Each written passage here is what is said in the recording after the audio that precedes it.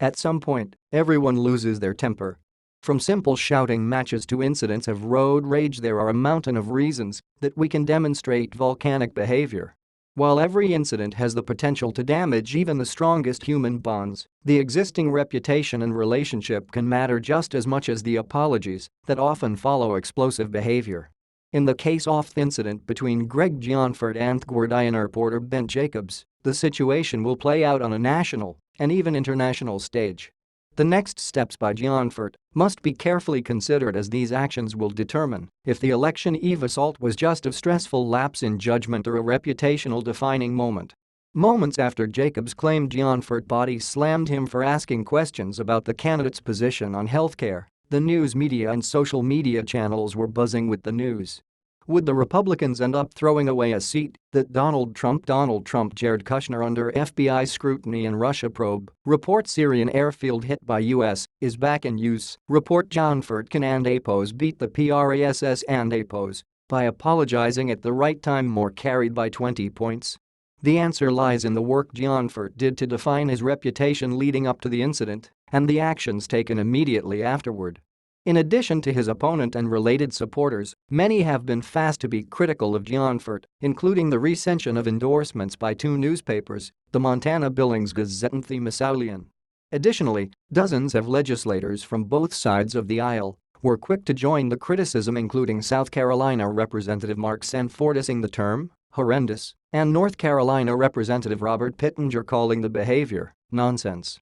House Minority Leader Nancy Pelosi went so far to call Gianforte a one of Trump. Behaving like President Trump in Montana may lead to building support.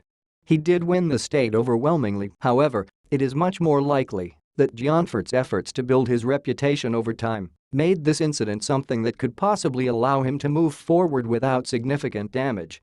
Leading up to and during his time as a candidate, Gianforte used his peacetime wisely, allowing him to make a case to the voters why he would make a good congressman. He worked hard to earn the support of the voters, making him an early favorite in the race. Those actions may give him the benefit of the doubt in this situation and likely a lot more. As political commentator Jim Ellis described in his newsletter, since so many Montanans have already cast their ballot for today's election, this incident is unlikely to greatly affect the final outcome. Because of the large number of mailed ballots already in possession of local county election officials, it appears we will see a very high turnout. According to the Montana Secretary of State, 357,957 voters requested absentee ballots, the term Montana election officials used to describe pre-election voting, and, as of yesterday, 259,312 ballots have been returned and are ready for processing. So, in addition to building up a reputation and the benefit of the doubt, Gianforte locked many early votes too. Unlike with the local papers and some politician endorsements, these ballots cannot be rescinded. Now calls for early voting changes are underway. Additionally, calls for an apology are mounting too. If handled well, a genuine apology from Gianforte could serve him well. There are many athletes, politicians, and business leaders that have been in similar situations and dug themselves in deeper by attempting to be defensive or justify their actions. Even if Gianforte thinks he is right, now is not the time to express anything but remorse. A good apology could completely diffuse the situation. When people make mistakes and express remorse, forgiveness is rarely denied. If the perceived offending party admits to the mistake, there is little else that an agitator can do other than look petty by continuing to pile on. Most people realize that allowing one incident allow us to cloud the image of someone's character is fundamentally unfair.